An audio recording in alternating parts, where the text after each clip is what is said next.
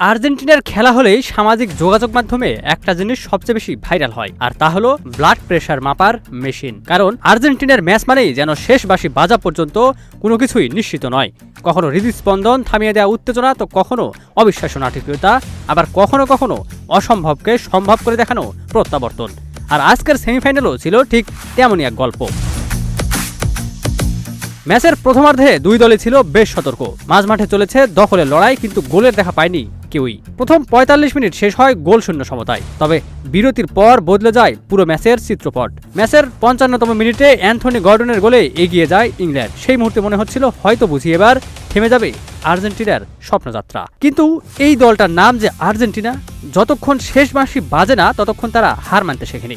গোল হজমের পর একের পর এক আক্রমণে ইংল্যান্ডকে চেপে ধরে আলবি সেলেস্তারা। যদিও জর্ডান পিকফোর্ডের অসাধারণ কয়েকটি সেভ বারবার হতাশ করেছিল মেসিদের। এরপর আসে সেই মাহেন্দ্রক্ষণ। ৮৫তম মিনিটে লিওনেল মেসির দুর্দান্ত পাস থেকে দূরপাল্লার এক দুর্দান্ত শটে সমতা ফেরান এনজো ফার্নান্দেজ, আর তখনই বদলে যায় পুরো ম্যাচের গতি। কিন্তু আর্জেন্টিনা শুধু সমতায় ফিরতে মাঠে নামেনি, তারা এসেছিল জিততে। যোগ করার সময়ের দ্বিতীয় মিনিটে ম্যাক অ্যালিস্টারের শট গোলবারে লেগে ফিরে এলে ফিরতি আক্রমণে ম্যাচের নিখুঁত ক্রস থেকে হেডে বল জালে জড়িয়ে দেন লাউতারো মার্টিনেজ। ব্যাস, মুহূর্তেই আনন্দে বিস্ফোরিত হয় আর্জেন্টাইন সমর্থকদের উল্লাস।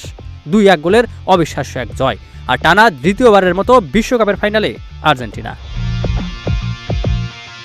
২ গোলে অবদান রেখে আবারও প্রমাণ করলেন বড় ম্যাচে লিওনেল মেসি কেন এখনও সবচেয়ে বড় পার্থক্য গড়ে দেয়া খেলোয়াড়দের একজন।